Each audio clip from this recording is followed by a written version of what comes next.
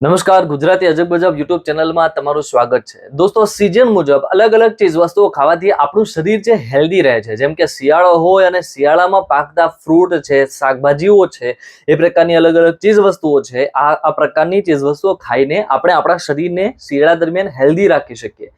આવી જ રીતના ઉનાળો હોય તો ઉનાળામાં પણ ઘણી એવી ચીજ વસ્તુઓ થતી હોય છે કે જે આપણા શરીરને ઠંડુ રાખવાનું કામ કરે. ઉનાળામાં પિત્ત પ્રકૃતિ છે, ગરમ પ્રકૃતિ આપણા શરીરમાં વધતી હોય છે. એટલે પિત્તના રોગો, ગરમી, એસિડિટી, આ પ્રકારની ચીજ વસ્તુઓ, પાચન ક્રિયા નબળી પડવી, આવું આપણને નોર્મલ કોઈ પણ વ્યક્તિ હોય એમને થતું હોય છે. તો આ સિઝન દરમિયાન એવી એવી વસ્તુઓ ખાવો કે જે આ સિઝનમાં જ પાકે છે અને એ શરીરને ગરમીમાંથી ઠંડક આપવાનું કામ કરે. તો એ પ્રકારની એક વસ્તુ કે જેના વિશે હું તમને આજે ટૂંકમાં વાત કરવાનો છું અને બીજી અલગ અલગ વસ્તુઓ વિશે પણ વાત કરીશ.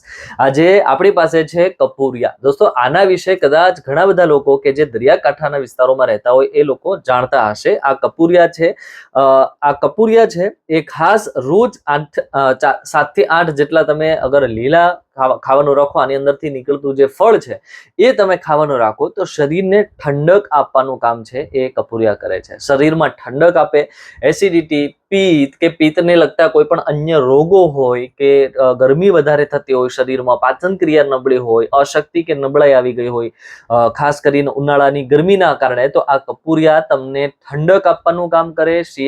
ઉનાળા દરમિયાન શરીરને એકદમ ઠંડુ કરે અને પાચન ક્રિયા પણ સારી રાખે છે. એના કારણે બાકીનો જે ખોરાક કે જે પચતો નથી એ પણ ધીરે ધીરે પચવાનું ચાલુ થાય છે.